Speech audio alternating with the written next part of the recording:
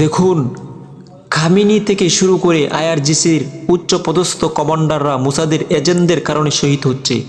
তবু ইরান প্রকৃত মুসাদ এজেন্টদের এখনও ধরতে পারেনি মনে হয়।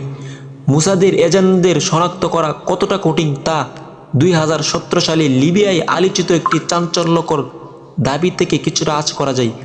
ভাবুন তো, একজন মানুষ, মুখে দাড়ি, মাথায় টুপি, লিবিয়ার বেনগাজিতে একজন প্রভাবশালী ইমাম হিসেবে নিজেকে প্রতিষ্ঠিত করেছেন। ইমাম থাকাকালীন তার জনপ্রিয়তা ও প্রভাব বৃদ্ধি প্রায় পরবর্তী তিনি জঙ্গি সংগঠন আইএস এর সাথে যুক্ত হয়েও অন্তত 200 জন যোদ্ধার একটি দলের নেতৃত্ব দেন। নাম তার আবু হাফস। কিন্তু পর্দার পিছনের সত্যিটা কি জানেন?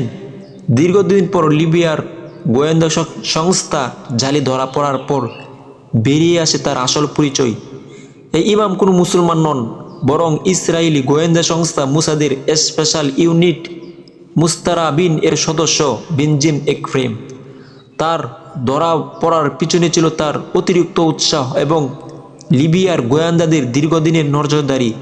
যখন সে আইএসের ভিতরে ঢুকে পড়ে বড় ধরনের নাশকতার পরিকল্পনা করেছিল এবং লিবিয়ার সরকারকে উৎখাতের চেষ্টা করেছিল, তখন তার গতিবিধি ও যোগাযোগের ধরনের কিছুটা অসঙ্গতি ধরা পড়ে 2017 সালে এক বিশেষ অভিযানে তাকে গ্রেপ্তার করা হয় এবং জিজ্ঞাসাবাদে সে স্বীকার করে যে মুসাদ তাকে আরবি ভাষা ও ইসলামী শিক্ষায় প্রশিক্ষণ দিয়ে মুসলিম দেশগুলোতে বিশৃঙ্খলা তৈরি করার জন্য তাকে পাঠিয়েছে।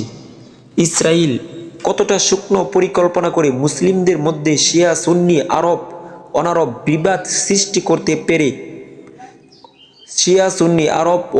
বিভেদ সৃষ্টি করতে পারে তা এই ঘটনা থেকেই বোঝা যায়। মুসলিম দেশগুলোতে এভাবে হয়তো অনেকেই লুকিয়ে আছে যাদের নাম আমরা চিনতে পারি না। এই ঘটনাটি মূলত লিবিয়ার গোয়েন্দা সংস্থার দাবির উপর ভিত্তি করে রচিত, যার কোনো স্বাধীন আন্তর্জাতিক স্বীকৃতি বা ইসরায়েলির স্বীকারোক্তি নেই।